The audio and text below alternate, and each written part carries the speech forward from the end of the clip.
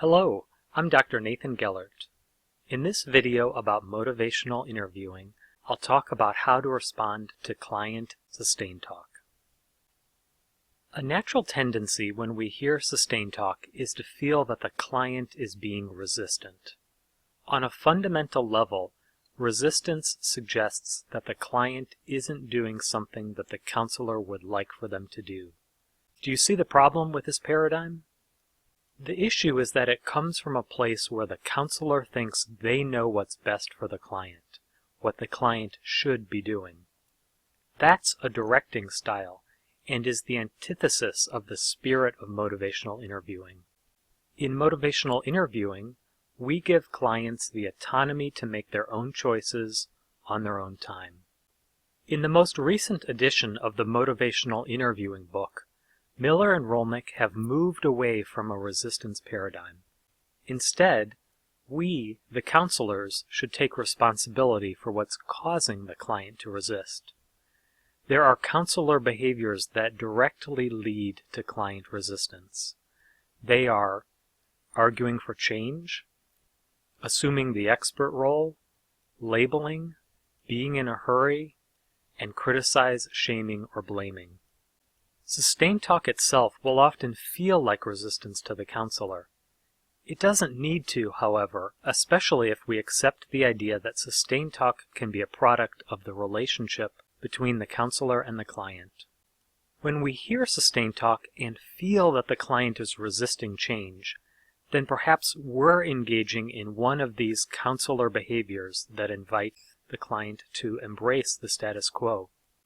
When we hear sustain talk and feel that the client is resisting change, then perhaps we're engaging in one of these counselor behaviors that invites the client to embrace the status quo and resist change.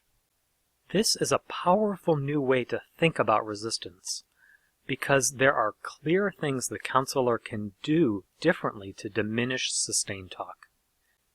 At its core, sustain talk is often just a signal to respond differently to the client. In this way, it's valuable feedback. Remember that as a guide, the counselor is constantly moving the client towards a consideration of change. We primarily focus our reflecting on change talk, and we ask evocative questions that elicit change talk. So, what should a counselor do when they hear sustain talk? I'll talk next about interventions that you can employ to respond to sustain talk. The first three are forms of reflection, followed by a series of strategic interventions.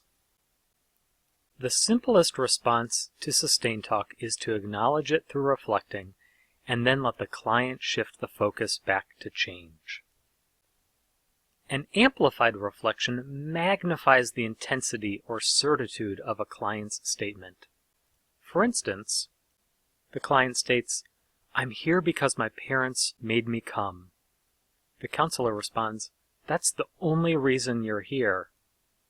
And then the client might respond, "No, I also don't like after-school detention." Notice that this final response from the client is change talk. With a double-sided reflection, the counselor reflects both the current sustain talk and a previous contradictory statement that the client has made. Imagine that a client has already stated their desire to begin a diet to live more healthfully. Later in the session, the client states, "I find it hard to take time to buy and cook healthy foods." The counselor responds, "It is difficult to find time to buy and cook healthy foods, and you desire to live a healthy life." Then the client says, "Yes, I just can't go on like this." Again, notice the change talk in the response. Another way to respond to sustain talk is to emphasize the client's autonomy to choose. Often, when a client is reminded that change is up to them, that they're not being forced to change, it becomes more possible for the client to consider changing. Let's look at this example. The client says, "I'm so tired of my boss telling me I'm not meeting performance goals." And the counselor says, "I guess it really is up to you to decide what to do. Talk to human resources, find another job, or just put up with it. Again, this reminder about autonomy can open the door for the client to consider change. It's important when using this strategy to not be sarcastic. Reframing is a strategy that helps the client see a different meaning or perspective. It's an invitation to them to examine their perception in a new light. Consider this interaction. The client says, "I've been through so much over the past year, losing my job, getting a divorce, and now having the bank foreclose on my house. I just don't have the energy to search for a new job."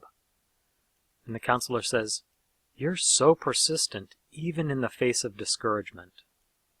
This reframe invites the client to consider the positive quality that they already possess that might help them address the presenting concern. Another strategy for responding to sustain talk is to exhaust all the sustain talk in an effort to move towards change talk. In this approach, called a running head start, the counselor works diligently to evoke and hear all the reasons not to change. Once a client feels fully heard, and there are no more arguments against change to make, a client will often be more ready to talk about change. So, in the midst of lots of sustain talk, the counselor might state to the client, "It sounds like there are some benefits to this behavior. I'm really curious to hear more about them."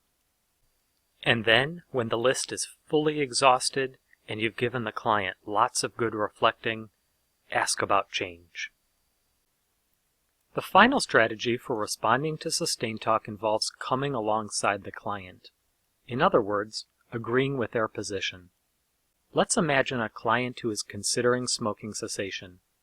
They are continually stuck in sustain talk. The counselor might respond, "Perhaps smoking is so important to you that you won't give it up, no matter what the cost." And the client might then say, "No, I really do need to quit." And just like that, the client is using change language. Thanks for joining me for this video. In the next video, I'll talk about how to evoke hope and confidence from within the client. Please click the subscribe button to receive notifications when new videos are published. And if you've enjoyed this video, then please click the like button to support my work.